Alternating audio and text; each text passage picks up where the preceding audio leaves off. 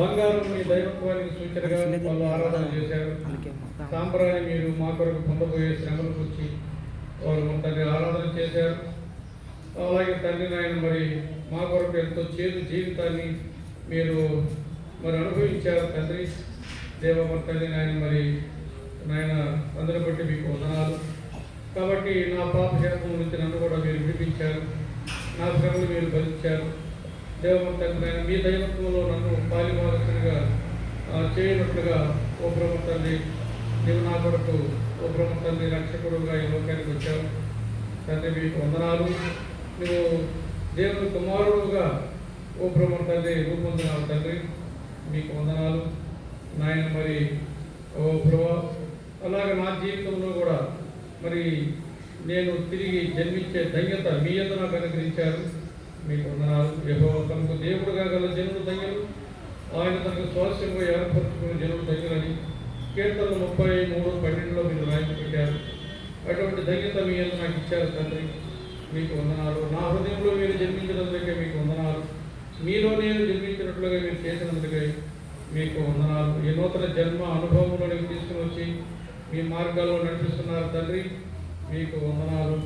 ఇంతవరకు నడిపించారు. మీకు వందనాలు. ఇంతవరకు ఎన్నో మేలు ఉపకారం చేశారు. మీకు వందనాలు.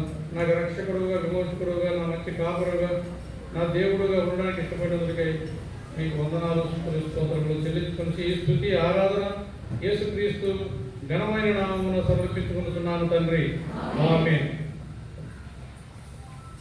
ఇప్పుడు మనమందరం లేచి నిలబడి ఒక పాట పాడుకుందాం. మనమందరం లేచి నిలబడి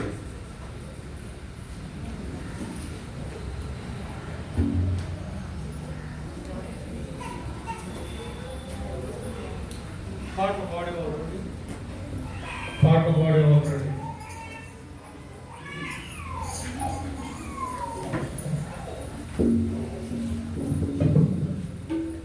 సంఖ్య 267 పాట. ఇంకొక నంబరు 227. వింటిమయ్య నీ స్వరము, కంటిమయ్య నీ రూపము. 267, 227 రెండు నంబర్లు.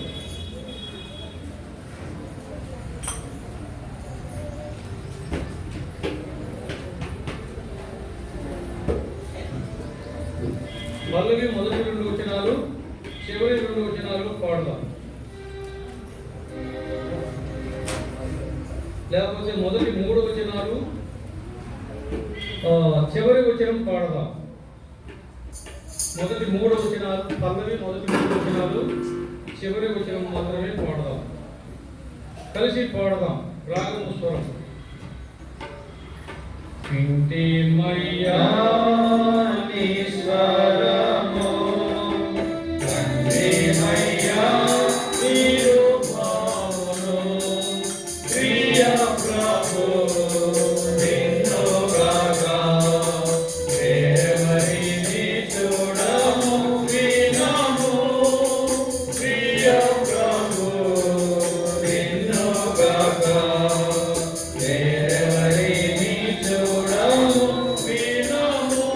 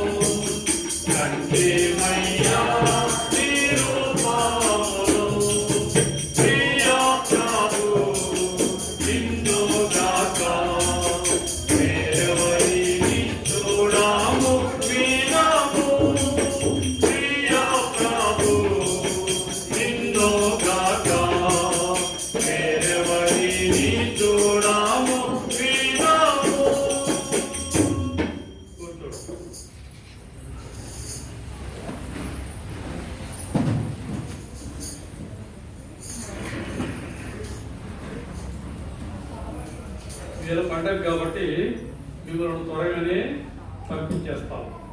మీరేం దిగులు చెందపోకండి. మా లోక సువార్త 2వ అధ్యాయం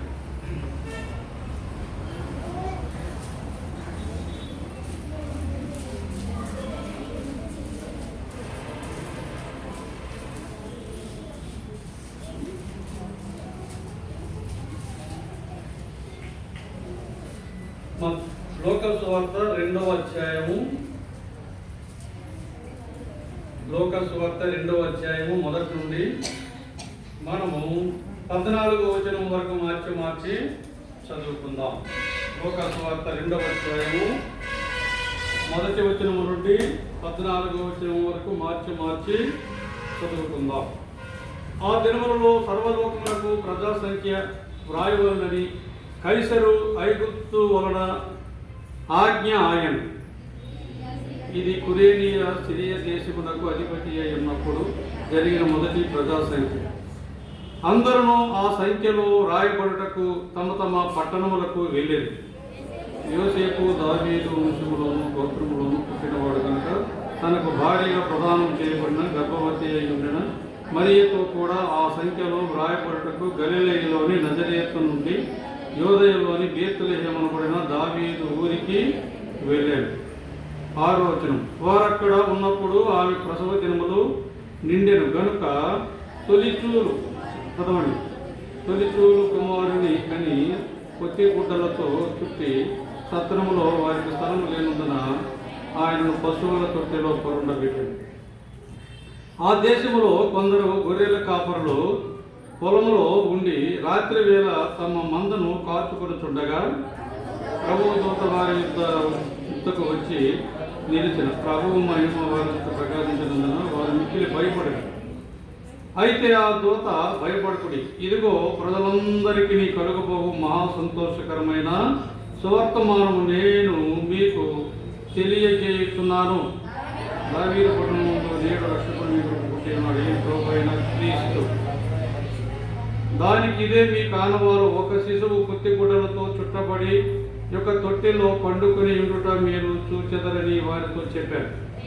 వెంటనే సర్వలోక సైన్య సమూహం ఆ దూతతో కూడా నుండి సర్వోన్నతమైన స్వరములు దేవునికి మహిమయు ఆయనకి ఇష్టలైన మనుషులకు భూమి మీద సమాధానమును కలుగునగాక అని దేవుని స్తోత్రము చేయుచున్నాను. చిన్న ప్రార్థన చేద్దాం.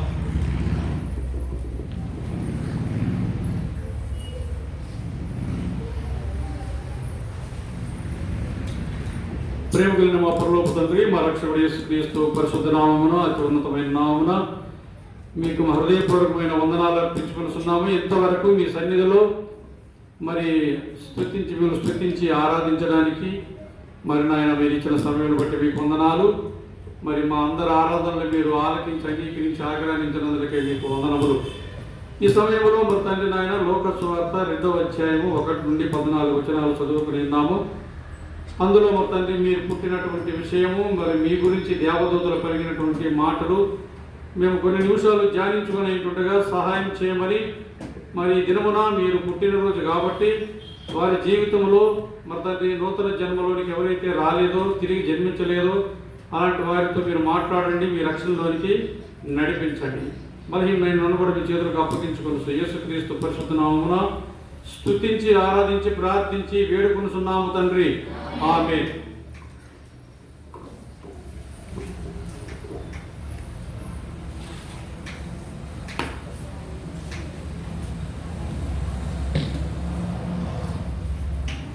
లోకాసు వార్త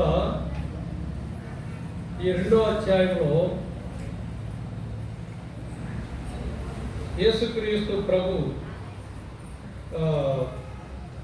తల్లి తండ్రి యోసేపు మరియమ్మల వారు కూడా మరి ప్రజా సంఖ్య వ్రాయబడేటటువంటి ఆ యొక్క ఆజ్ఞ వచ్చినప్పుడు వారు కూడా మరి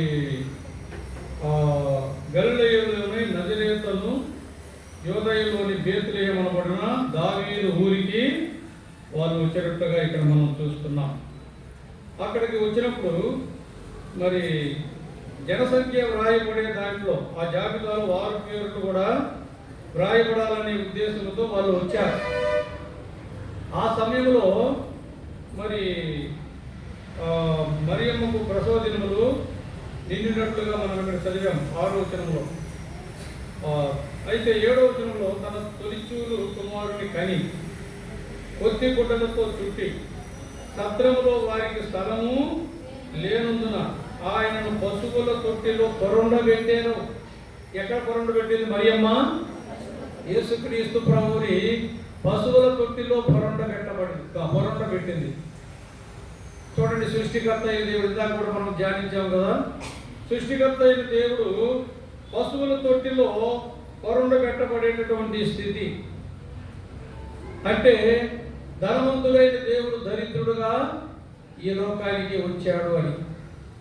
నేను మీ కొరకు దరిద్రుడుగా వచ్చాను, మీరెంత దరిద్రతలోనికి వెళ్ళిపోయారో, నా సన్నిధిని మీరు ఎంత కోల్పోయారో, నా నుండి మీరు ఎంత దూరం అయిపోయారో, తిరిగి నాకు సమీపస్తులుగా మిమ్మల్ని చేసుకోవడానికి నేను ఈ లోకానికి ఈ విధముగా వచ్చాను అని చెప్పినట్లుగా ఉంటుంది. ఆయన ఆ పొత్తిగుడ్డలతో చుట్టబడి మరి సత్రంలో వారికి స్థలము లేకపోయింది. అందరితో పాటు సత్రంలో వారికి స్థలము లేకపోయింది. అందరికీ ఉంది, వీళ్ళకి లేదు. కాబట్టి అక్కడ ప్రవచనం నెరవేర్చబడాలి అంటే ఆ విధంగా జరగాలి. కాబట్టి పశువుల తొట్టిలో పొత్తిగుడ్డలతో చుట్టబడి పశువుల తొట్టిలో పొరండబెట్టబడాలి. అలాగా యేసుక్రీస్తు ప్రభువు తను తాను తగ్గించుకొని రిక్తునిగా చేసుకుని ఈ లోకానికి వచ్చాడు. రిక్తునిగా చేయబడడం అంటే తగ్గించుకొని రావడం. కాబట్టి సృష్టికర్త అయిన దేవుడే తగ్గించుకొని ఈ లోకానికి వచ్చినప్పుడు నీవు నేనుగా ఏ పాటి వాళ్ళం అని అనుకోవాలి మనం. సృష్టికర్త అయిన దేవుని దృష్టిలో మనం చూస్తే మనం ఏ పాటి వాళ్ళం? నరమాత్రుని జ్ఞాపకం చేసుకుని నరుని జ్ఞాపకం చేసుకున్నకు వాడు ఏ పాటి వాడు? యెషయా గ్రంథంలో ఉంది, మనం పురుగు వంటి యాకోబు వంటి పురుగు వంటి యాకోబు లాంటి వాళ్ళని. యాకోబు అంటే అర్థం చెప్పండి. మోసగాడు.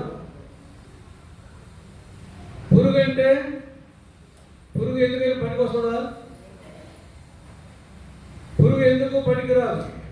అలాగే పురుగు వంటి యాకోబు వంటి వాళ్ళం మనం కూడా ఎందుకు పనికిరాం. మన శరీరం కూడా ఎందుకు పనికిరాదు. కనీసం పశువు శరీరమైన డోలు, డప్పులు, చెప్పులు చేయడానికైనా పనికి వస్తుందని అంటారు. మన శరీరం ఎందుకు పనికిరాదు. ఇది పాప శరీరం, ఇది కంపు కొట్టే శరీరం. దీంట్లో మంచిది కొంచెం కూడా లేనటువంటి శరీరం. కాబట్టి ఇక్కడ చూస్తే ఆయన అంతగా తగ్గించుకొని వచ్చాడు ఈ లోకానికి. నీ కొరకు, నా కొరకు. పశువుల తొట్టిలో ఆయన కరుణ పెట్టబడేను. పశువుల తొట్టిలో ఏ తల్లి అయినా ఆ కుమారుడిని కానీ కుమార్తెని కానీ తీసుకెళ్లి పొరండ పెడతారా? పొరండ పెట్టరు. కాబట్టి యేసుక్రీస్తు ప్రభు అలాగే ప్రవచనానుసారముగా పొరండ పెట్టబడ్డాడు. పశువుల తొట్టిలో పొరండ పెట్టబడ్డాడు. మనకి తెలుసు యెషయా గ్రంథం 53లో యేసుక్రీస్తు ప్రభు ఎంత శ్రమలు భరించనై ఉన్నాడో అనేది యెషయా ప్రవక్త ద్వారా అక్కడ ప్రవచింపజేయబడింది. కాబట్టి ఆయన జన్మతోనే అలాగే వచ్చాడు, తను తాను రిక్తునిగా చేసుకుని వచ్చాడు. కాబట్టి ఇక్కడ మరి యేసుక్రీస్తు ప్రభు రాకడ, యేసుక్రీస్తు ప్రభు జన్మించినటువంటిది అది లోకానికి ఎంతో సంతోషకరమైన శుభవర్తమానం.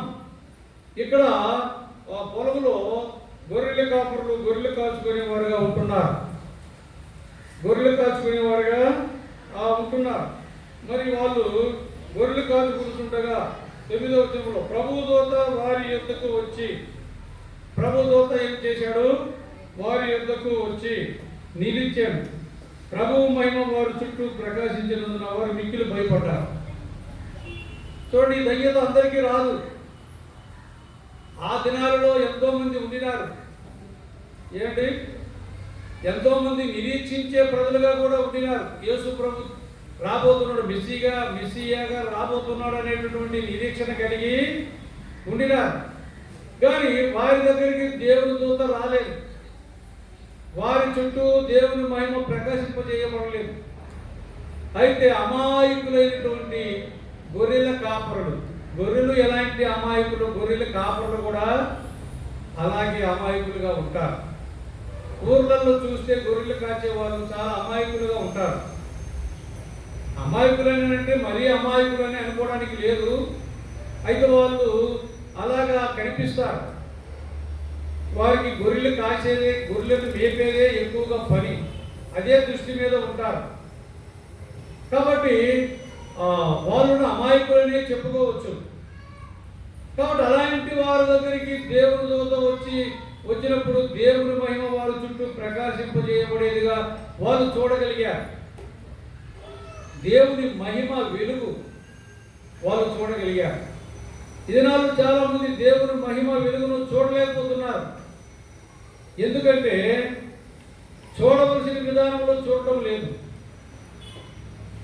అందుకే దేవుని మహిమ కలిగి ఉండలేకపోతున్నారు. దేవుని నమ్ముకున్నామని పేరు మాత్రం ఉంటుంది, కానీ దేవుని మహిమకు తగినట్లుగా జీవించడం లేదు. పేరుకు దేవుని ప్రజలే, కానీ వారిలో లోకం.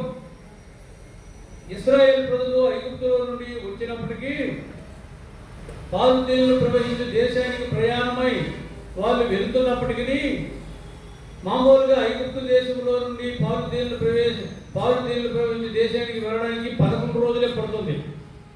ఎన్ని రోజులండి? 11 రోజులే పడుతుంది. అయితే ఎన్ని దినాలు పట్టింది? ఎన్ని సంవత్సరాలు? 40 సంవత్సరాలు పట్టింది. 11 రోజులు ఎక్కడ, 40 సంవత్సరాలు ఎక్కడ? ఎందుకు ఇంత కాలం వ్యవధి జరిగింది? వాళ్ళు ఎందుకు అన్ని సంవత్సరాలు ఆ అరణ్య మార్గం గుండా, ఎడారి మార్గం గుండా వెళ్ళవలసి వచ్చింది అంటే వారు దేవుని ప్రజలే. వారిని దేవుడే ఏర్పాటు చేసుకున్నాడు. వారు దేవుణ్ణి ఏర్పాటు చేసుకోలేదు. దేవుడే వారిని ఏర్పాటు చేసుకున్నాడు తనకు ఒక జనాంగముగా, ప్రజగా ఉన్నట్లుగా. వారిని ఐగుప్తులో నుండి విడిపించింది కూడా దేవుడే. వారు తేలు ప్రవహించి దేశానికి వెళ్ళాలని విడిపించి నడిపిస్తున్నది దేవుడే.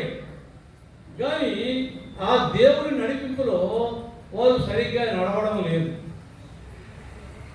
ఎక్కడ చూసినా సరుగులు, గొరుగులు, అలాంటి జీవితం వాళ్ళు జీవిస్తూ వచ్చారు. కాబట్టి వారు దేవునికి తగినట్లుగా నడవలేకపోయారు, దేవునికి తగినట్లుగా జీవించలేకపోయారు. అయినా వాళ్ళు దేవుని ప్రజలే. వాళ్ళ విషయంలో మనం ఎవరు ఏం అనడానికి లేదు. తీర్పు అనేది మనకి తీర్చడానికి మనకు అప్పగించబడలేదు. దేవుని ప్రజలు మనలో మనం గమనిక కలిగి ఉండాలి.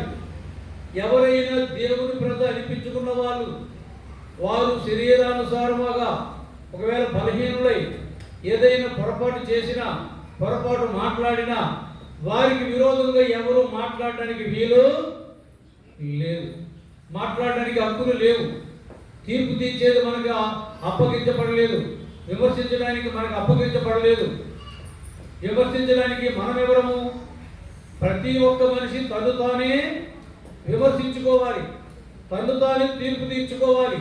తన జీవితం సరిగా లేకపోతే దేవుని దగ్గర సరి చేసుకోవాలి. ఎవరి రక్షణ వారు కాపాడుకోవాలి, ఎవరి విశ్వాసం వారు కాపాడుకోవాలి. అలా ఉంటేనే నువ్వు దేవుని మహిమ చూడగలుగుతావు. దేవుని మహిమ నీ చుట్టూ ప్రకాశింపజేయబడేదిగా ఉంటుంది. నీలో దేవుని మహిమ నీ చుట్టూ ఉన్న వాళ్ళు కూడా చూడగలిగిన వారుగా ఉంటారు. కాబట్టి దేవుని మహిమ ఆ పొలంలో గొర్రెలు మేపుకొనుచుండగా అక్కడ ప్రకాశింపజేయబడింది. ఆ ప్రకాశానికి వాళ్ళు భయపడిపోయారు. కాబట్టి వారు ఆయన తట్టు చూడగా వారికి వెలుగు కలుగును. ఎక్కడుంది ఈ మాట? 34 కీర్తన కరెక్ట్ వచనం చెప్పండి, 5వ వచనం. కాబట్టి వారు ఆయన తట్టు చూడగా వారికి వెలుగు కలిగేను. నీవు దేవుని వైపు ఎంతగా చూస్తావో దేవుని మహిమ నీలో ప్రజలు చూస్తారు. ఇవి చూడండి ఎట్లా ప్రకృతి వికృతి అని ఉంటుంది చూసారా? చదువుకునే పిల్లగాళ్ళు పుస్తకాల్లో ప్రకృతికి వికృతి అదే అలాగే అన్నమాట. ఆ సంఘంలోనే ఉంటుంది. నీవు ఎంతగా దేవుని వాక్యం చదువుతూ దేవుని వైపు చూస్తూ ఉంటావో అప్పుడు నీలో ప్రజలు దేవుని మహిమ చూస్తారు. అది దైవికమైన విషయాలు, ఇవన్నీ ఆత్మీయమైన విషయాలు. కాబట్టి వారు ఆయన తట్టు చూడగా వారికి వెలుగు కలిగారు. కాబట్టి ఇప్పుడు గొల్లలు దేవుని మహిమ అక్కడ చూస్తున్నారు. దేవుని మహిమ ప్రకాశం ప్రభువుతో వారి చుట్టూ వచ్చి నిలిచారు.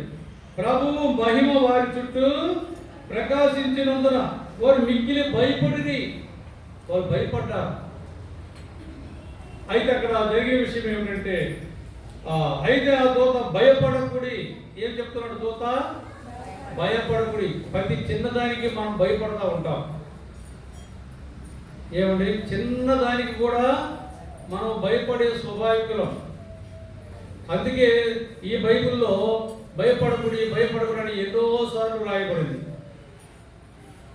అంటే దేవుని యొక్క అభయ హస్తం, ఆయన మాట అంత అభయంతో కూడుకునేటటువంటిది. మనం ఎంత భయస్థులమో ఎంత పిరికివారమో దేవునికి బాగా తెలుసు. మనం ఎలాంటి వాళ్ళమంట? మంటి ఘటములం. మనం ఎలాంటి వాళ్ళం అండి? మంటి ఘటములం, మంటిలో నుండి తీయబడినటువంటి వారం. 103వ కీర్తనలో ఒక మాట చూడండి. 103వ కీర్తన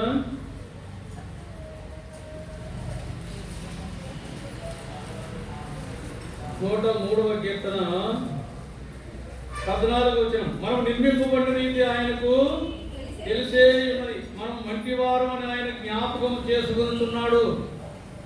మనం మంటివారం అని ఆయన జ్ఞాపకం చేసుకుంటున్నాడు. నువ్వు ఎలాంటి వ్యక్తివో అని జ్ఞాపకం చేసుకోవడం లేదా, నువ్వు ఎంత గొప్ప వ్యక్తివో అని నీవు అనుకున్న దాన్ని బట్టి ఆయన జ్ఞాపకం చేసుకోవడం లేదు. నువ్వెంత జ్ఞానివో అనుకున్నంత మాత్రాన ఆయన జ్ఞాపకం చేసుకోవడం లేదు. మనం ఎంతటి బలహీనులమో, మనం ఎంత నేల మట్టి వాళ్ళమో అని జ్ఞాపకం చేసుకుంటున్నాడు. అది ఎప్పుడు గుర్తించుకోవాలి జీవితంలో, లేకపోతే సైతానుడు మనల్ని గర్విష్ఠులుగా చేసేస్తాడు. గర్వం మనలోకి వచ్చిందంటే వినాశనమే. ఆత్మీయంగా కూడా గర్వించకూడదు, శారీరకంగా కూడా గర్వించకూడదు, మనకి ఈ లోకంలో ఉన్నదాన్ని బట్టి గర్వించకూడదు. ఎందుకంటే ఏది శాశ్వతం కాదు, ఎలా వచ్చినామో అలాగే వెళ్ళిపోతాం. అయితే మన క్రియలు మన వెంట వస్తాయి. వచ్చినప్పుడు ఏ క్రియలు మన వెంబడి రాలేదు, కానీ పోయేటప్పుడు మన క్రియలు మన వెంట వస్తాయి. దానికి ప్రతిఫలం పొందవలసి వస్తుంది.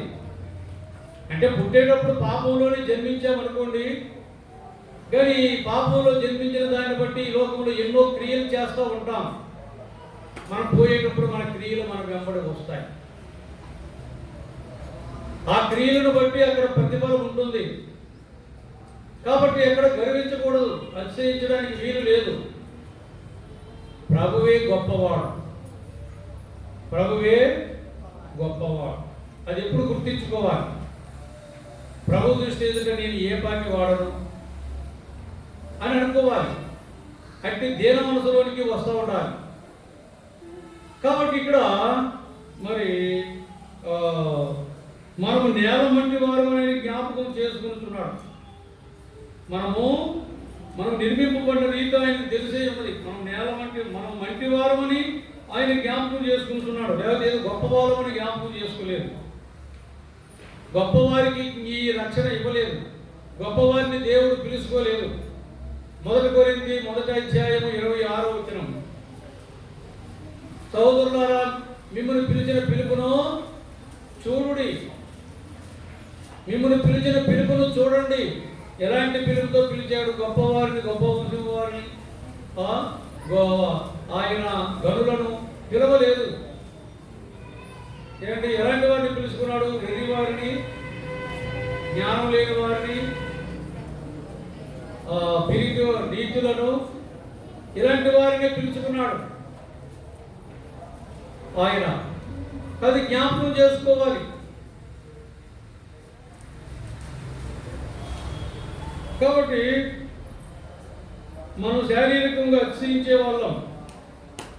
అదే పౌలు జ్ఞాపకం చేస్తున్నాడు కొరింథీ విశ్వాసులకు జ్ఞాపకం చేస్తున్నాడు. ఏమాత్రం కలిగిందంటే ఇక మనకంటే మునగాలు లేరనుకుంటాం, మనకంటే గొప్పవారు లేరనుకుంటాం, కానీ పైన దేవుడిని జ్ఞాపకం చేసుకోం. కాబట్టి ఇక్కడ 29లో అంటాడు, 27, 28, 29 కలిసి ఉంటాయి. 1 కొరింథీ 1 ఏ శరీరము దేవుని ఎదుట అతిశయింపకుండానట్లు జ్ఞానులను సిగ్గుపరచుటకు లోకములో నుండి వెర్రి వారిని దేవుడు ఏర్పరచుకున్నాడు. బలవంతులైన వారిని సిగ్గుపరచుటకు లోకంలో బలహీనమైన వారిని, ఎన్నికైన వారిని వ్యర్థం చేయుటకు లోకంలో నీతులైన వారిని, దుర్నీకరింపబడిన వారిని, ఎన్నిక లేని వారిని దేవుడు ఏర్పరచుకుని ఉన్నాడు. అయితే ఆయన మూలముగా మీరు క్రీస్తు యేసునందు ఉన్నారు. ఈ లోకంలో ఏమి కలిగి ఉన్నా ఏమి కలిగి లేకపోయినా ఒకటి కలిగి ఉన్నాం. మనం ఏమిటి? ప్రభువుని కలిగి ఉన్నాం. ఇక్కడ అంటున్నారు పౌలు కొరింథీ విశ్వాసులతో. అయితే ఆయన మూలముగా మీరు క్రీస్తు యేసునందు ఉన్నారు. క్రీస్తు యేసునందు ఉండేది గొప్ప సంగతి. ఈ లోకంలో నువ్వు ఎలాంటి వ్యక్తివైనా పర్వాలేదు, ఏ కులస్తుడవో, ఏ ధనవంతుడవో, ఏ గొండవో, ఎవరైనా పర్వాలేదు. నువ్వు క్రీస్తు యేసులో లేకపోతే నువ్వు దౌర్భాగ్యుడివే, నువ్వు దిక్కుమాలిన వాడివే, ఏ యోగ్యతలు లేని వాడివే, దేవుని దృష్టిలో లెక్కింపబడలేని వ్యక్తివే. గుర్తించుకో. క్రీస్తు యేసునందు నీవుంటే, నీలో క్రీస్తు ఉంటే ఎంతో ధన్యత. కలిగిన జీవితం కలిగి ఉండవచ్చు.